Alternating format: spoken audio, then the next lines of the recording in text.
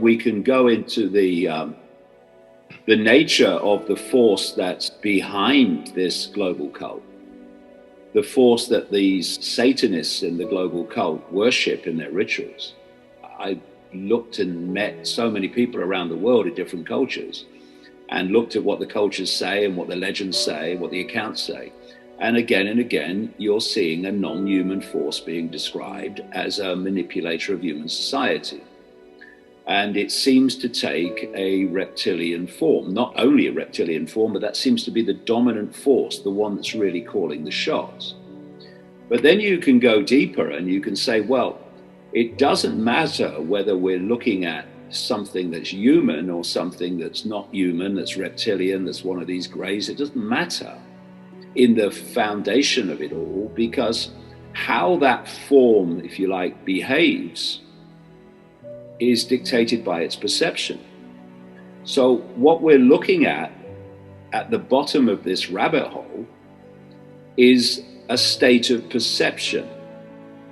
And I've been talking about a mind virus for decades, a mind virus that's manipulating human perception and directing human psychology.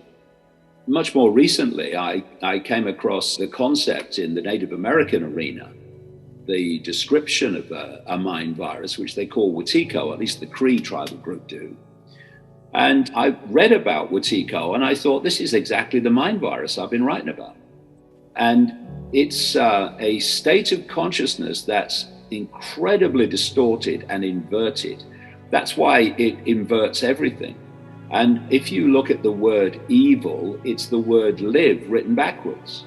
And that's very appropriate because this Wetiko consciousness, which drives these reptilians and drives this global cult, drives your Gateses and drives your Faucis and drives your Klaus Schwabs, it's a inversion of love. In fact, my definition of evil is the absence of love. You take love out and you've got evil.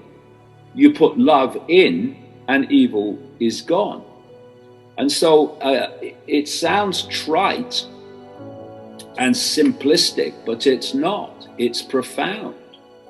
The answer to evil is not more evil. What you fight, you become.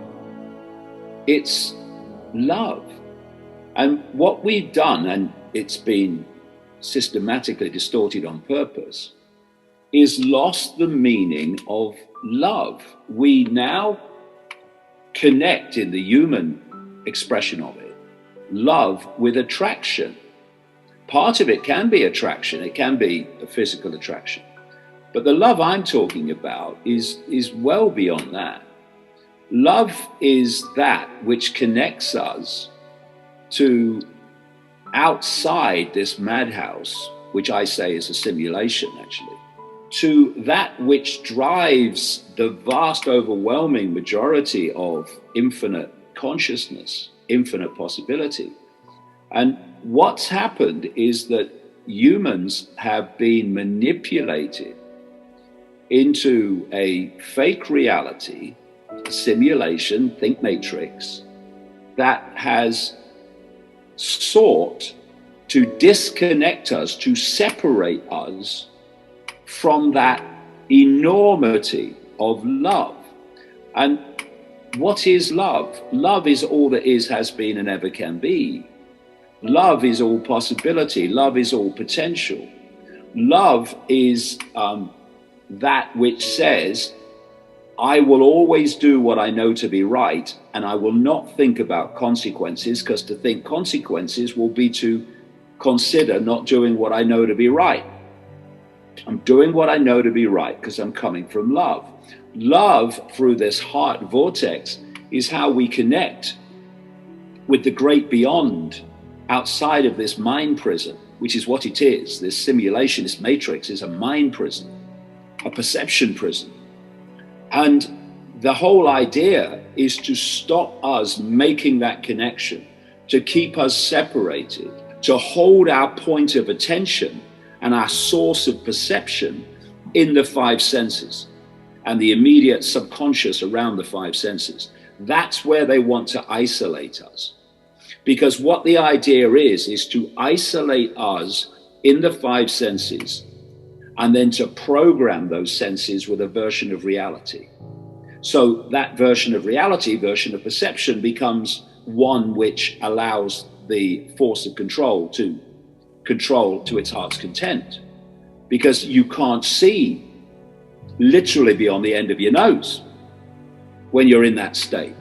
If you look at how the five senses decode reality, they can see only certain frequencies that we call form. We call solidity. They're not really, but they appear to the five senses. But in between the form, the five senses see empty space. They don't see anything else. So everything's apart from everything else to the five senses. It's the only way it can see the world. Whereas when you expand your awareness out of the five senses, you start to realize that everything's connected. There is no empty space. That between, or that which the five senses perceives as empty space is actually consciousness, awareness, like one vast conscious Wi-Fi field, connecting everything. And we are interacting with it.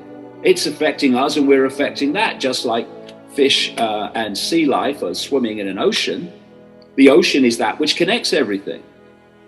But they don't want us to realize that we're part of one massive, infinite whole, dominated by love beyond understanding of what love is.